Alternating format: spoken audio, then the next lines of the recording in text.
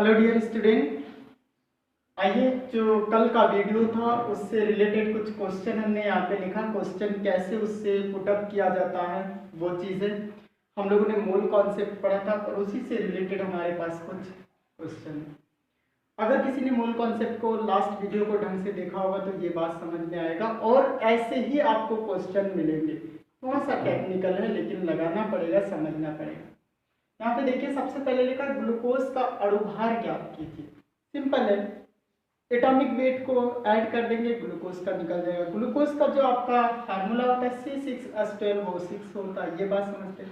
अब उससे atom carbon hydrogen oxygen जुड़े उसके वेट को ऐड कर देना, निकाल लेना। पहला क्वेश्चन होता था इसके एक अणु का भार ज्ञात कीजिए। अगर किसी ने अवगाद्रो नंबर को पढ़ा होगा तो समझ में आ जाएगा कि कैसे करना है। अणुभार बटे अवगाद्रो नंबर कर देंगे, एक अणु का इसमें हमें भार निकल आएगा, इसके एक अणु का भार। तो आइए सिंपल है, समझने की कोशिश करते हैं यहाँ पे। अब मुझे पता है सबसे पहले ग्लूकोज का अणुभार ज्ञात करने के लिए उसका अणुसूत्र चाहिए, ठीक है, मॉलिक्यूलर फार्मूला ऑफ ग्लूकोज।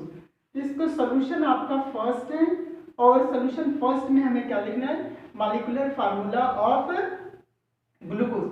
तो ग्लूकोज का जो मॉलिक्यूलर फार्मूला है वो क्या होता है, आप हिंदी में इसे लिखिए अणुभार और अणुसूत्र। अणुसूत्र क्या हो जाएगा इसका, सबसे पहले C6H12O6, ये ग्लूकोज का फार्मूला होता है, एक अणु का सूत्र होता है, ठीक है। आइए अब इसमें हम फाइंड करते, इसका भार फाइंड करते। तो भार फाइंड करने के लिए हमें कार्बन के 6 एटम है, 6 को 12.0 से मल्टीपल कर देना है। यहाँ पे 12.01 भी होता है, ये बात समझिए। जो कार्बन का 6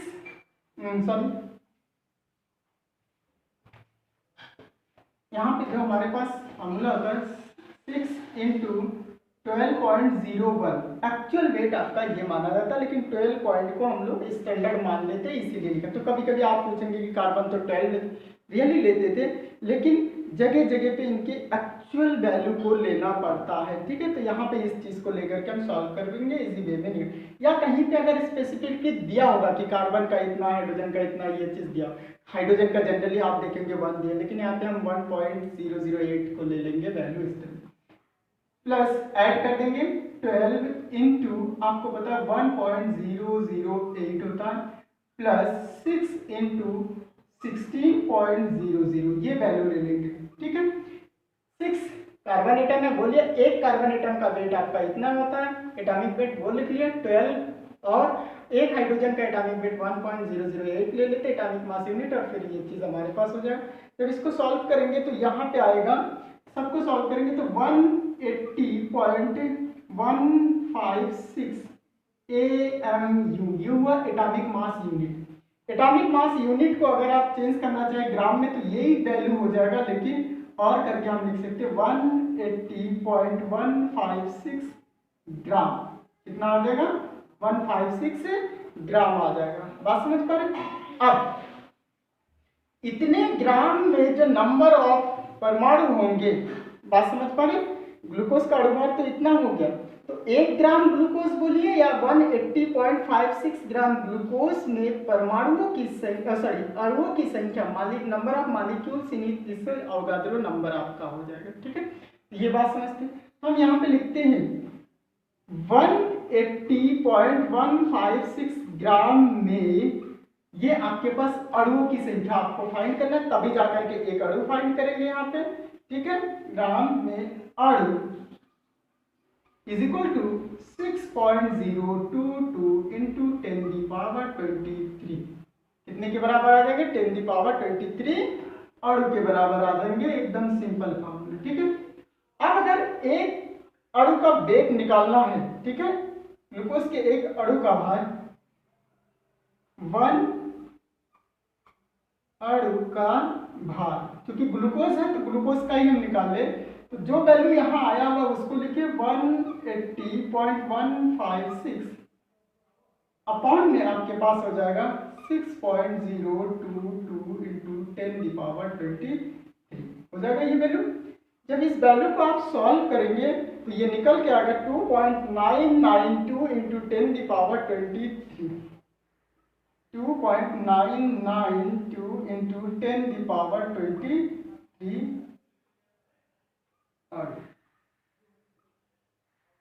सॉरी इसका जो है ग्राम वेट चूंकि निकाले भार निकाले तो ये किस में आ जाएगा, ग्राम में आ जाएगा। आप समझ पा रहे हैं?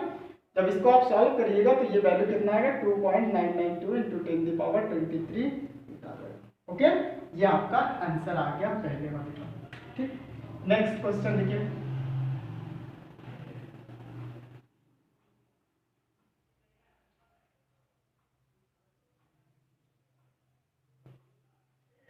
ओके, कार्बन डाइऑक्साइड के 4.4 ग्राम में मोलों की संख्या तथा अणुओं की संख्या की गणना कीजिए। बात समझ पा रहे? हमें क्या फाइंड करना है, इतने ग्राम में मोलों की संख्या हमें फाइंड करना है। तो मोलों की संख्या फाइंड करने के लिए जो आपका given mass upon molecular mass या एटॉमिक मास होता है, क्योंकि यहाँ पे मॉलिक्यूल है तो मॉलिक्यूलर मास हो जाएगा। गिवन मास क्या है, ये ठीक है। तो भार बटे अणुभार हम लिख सकते हैं।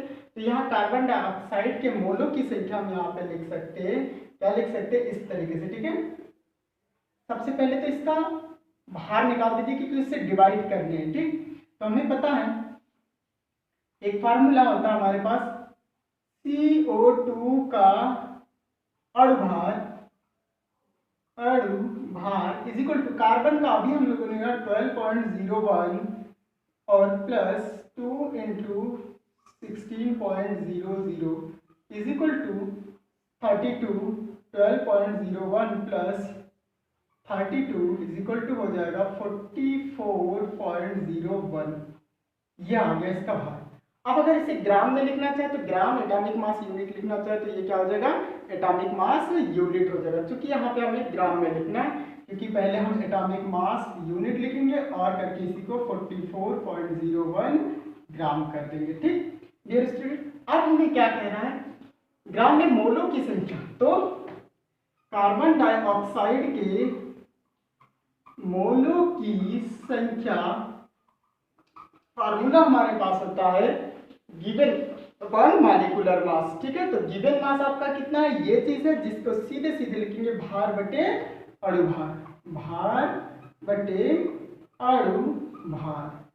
अणुभार कहां से निकाला आपने, ये चीज निकाला सबको ऐड करके, और भार आपका ये दिया हुआ तो ये हो जाएगा 4.4 अपॉन में आपके 44.01 इज इक्वल टू 0.01। ये आ जाएगा आपका नंबर ऑफ मोल्स आ जाएगा।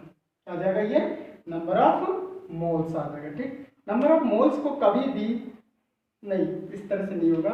जब आप इसको सॉल्व करेंगे तो ये हो जाएगा, एक जीरो बढ़ जाएगा। जब इसको सॉल्व करेंगे 440 और 1 लगा हुआ है यहाँ पे 0.1, यहाँ पे एक डिजिट ज्यादा है तो हम इसको कह सकते हैं 0.1। ओके, लास्ट में वैसे ही 0 बढ़ा दीजिए, कोई मतलब नहीं। 0.1 लिखिए या 0.10 लिखिए, कोई फर्क नहीं पड़ता इस चीज को। ठीक, इतना सा अगर जब हम कर लेते तो हमारे पास एक वैल्यू आता है, वो क्या निकालना है, अणुओं की संख्या की गणना करना। अणुओं की कितनी संख्या ये ज्ञात करना। ठीक है, तो हमें पता है 1 मोल में जो हमारे पास अणु होंगे वो 6.022 इंटू 10⁻23 होंगे। तो 0.10 में अणुओं की संख्या यहाँ पे इस तरीके से लिख सकते हैं। इसको मिटा रहे हैं। ओके, क्योंकि ये आ गया हमारे पास नंबर ऑफ मोल्स। कितने मोल्स आ गए हमारे पास, मोल्स आ गया 0.10 मोल। इसका कोई मतलब नहीं यहाँ पे, लेकिन हम यहाँ पे ये वर्ड यूज करेंगे कि हमें पता है 1 मोल में अणुओं की संख्या बराबर आपके पास होता है 6.022 इंटू 10⁻23। तो 0.10 मोल में अणुओं की संख्या बराबर आपके पास हो जाएगा 0.10 into 6.022 into 10⁻23 is equal to, decimal जब इधर जाएगा इससे जब इसको मल्टीप्लाई करेंगे तो ये आपके पास इतनी ही वैल्यू आएगा। एक जीरो आपका हट जाएगा यहाँ से और ये वैल्यू आपके पास 10⁻, कितना हो जाएगा, 24 के बराबर हो जाएगा। बात समझ पा रहे हैं? नहीं, यहाँ पे एक वैल्यू घट जानी चाहिए क्योंकि डेसिमल उठ करके इधर जाएगा, तो एक वैल्यू यहाँ पे घट जानी चाहिए। ये वैल्यू इस और 1 से मल्टीपल करेंगे तो इतनी ही वैल्यू आ जाएगा, तो 1 से जब मल्टीपल करेंगे तो इतनी वैल्यू आ जाएगा। ये 6.02 इंटू, क्योंकि एक डिजिट और आ जाएगा यहाँ पे, तो हम यहाँ से एक माइनस कर देंगे और 10⁻22 आपके अणु आ जाएंगे। इसकी इतने मोल में कार्बन डाइऑक्साइड के इतने अणु होंगे, यहाँ पे 22 हो जाएंगे, ठीक है, क्योंकि डेसिमल उठ करके उधर जाएगा तो यहाँ से एक माइनस हो जाएगा हमारा, ठीक, इस तरीके से। और 1 से मल्टीपल करेंगे तो यही वैल्यू हमारे पास आ जाएगा। Okay dear student, okay. जब ये वैल्यू हमारे पास आ गया, और क्या पूछ रहा है, इसका आयतन भी ज्ञात कीजिए, यही बात है। तो आयतन ज्ञात करने के लिए हमें पता है कि गैस के 1 मोल का एसटीपी पर आयतन कितना होता है। गैस के 1 मोल का एसटीपी पर आयतन बराबर 22.4 लीटर। किसके बराबर होता है, 22.4 लीटर के बराबर होता है। तो हमारे पास मोल कितने थे, 1 मोल में इतना होता है, और मोल कितने थे, 0.10 थे। तो 0.10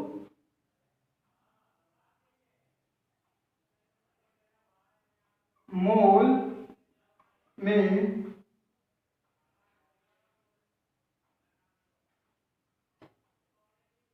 मोल का आयतन क्या कर दें, यानी 0.10 मोल का आयतन, या यही आपके इतने ग्राम का आयतन, और करके आप लिख सकते हैं 4.4 ग्राम का आयतन। ये दोनों वर्ड लिख सकते हैं क्योंकि इतने से ही इतना मोल है, इतना मोल बराबर ये ग्राम है।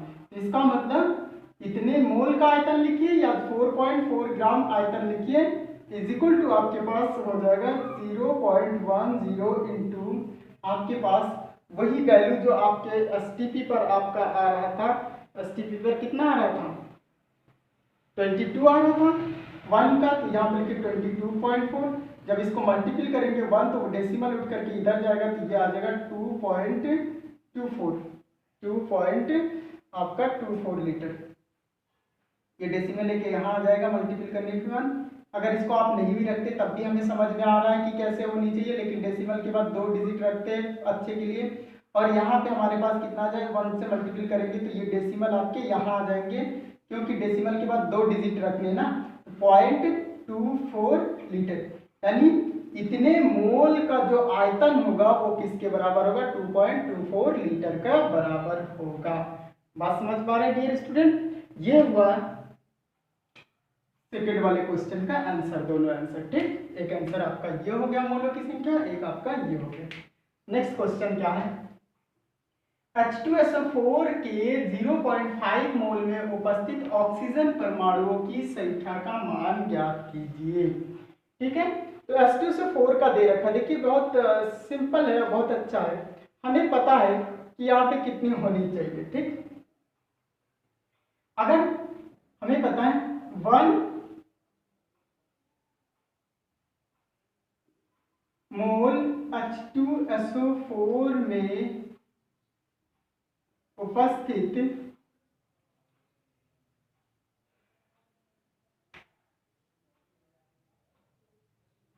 नहीं, सबसे पहले ऐसा लिखें, 1 मोल H2SO4 में उपस्थित अणुओं की संख्या बराबर आपके पास होता है 6.022 इंटू 10⁻23 अणु। तो इसीलिए आपके पास क्या हो जाएगा, 0.5 मोल में H2SO4 में उपस्थित अणुओं की संख्या बराबर हो जाएगा 0.5 इंटू 6.022 इंटू 10⁻23। अब इसको सॉल्व करिए तो कितना आ जाएगा, 5 टू ज़ा 10 आ जाएगा, 5 टू ज़ा 10 11, 5 6 ज़ा 30 आ जाएगा, 1 2 3 4, 1 2 3 4 यहाँ पे डेसिमल लग जाएगा, इंटू 10⁻23 इज इक्वल टू आप 3.0 भी रख सकते हैं, बाद में 1 1 है, इसकी कोई वैल्यू नहीं, इतनी इतना 10⁻23 आपके पास क्या आ जाएंगे, अणु आ जाएंगे। यानी कहने का मतलब 1 मोल में H2SO4 के इतने अणु होते हैं, 0.5 मोल में H2SO4 के कितने अणु होंगे, इतने होंगे। ठीक, अणुओं की संख्या हमने तो निकाल लिया यहाँ पे। अब कह रहा है ऑक्सीजन परमाणुओं की संख्या कितनी होगी, तो हमें पता है इतने अणु आ गए इसके H2SO4 के, तो एक H2SO4 अणु में ऑक्सीजन परमाणुओं की संख्या बराबर 4। आप देख रहे हैं H2SO4 जब आप लिख रहे हैं तो SO4 लिख रहे हैं, एक अणु H2SO4 है लेकिन 4 परमाणु आपके ऑक्सीजन के हैं, तो एक H2SO4 अणु में ऑक्सीजन के परमाणु की संख्या कितनी आ गई, यहाँ पे 4 है, तो इतने अणु में कितने होंगे, 3.0 इंटू 10⁻23 H2SO4 अणुओं में ऑक्सीजन परमाणुओं की संख्या बराबर कितने हो जाएंगे, एक में 4 है तो इतने में कितना हो जाएगा, 4 into 3.0 into 10⁻23 is equal to 4 3 ज़ा 12 इंटू 10⁻23। अब हमें पता है कि एक डिजिट के बाद डेसिमल लगाना है, तो यहाँ पे 1.2 इंटू 10⁻, एक इसमें बढ़ जाएगा, ये हो जाएगा 24 अणु, सॉरी परमाणु, ऑक्सीजन लिख रहे हैं तो यहाँ पे परमाणु।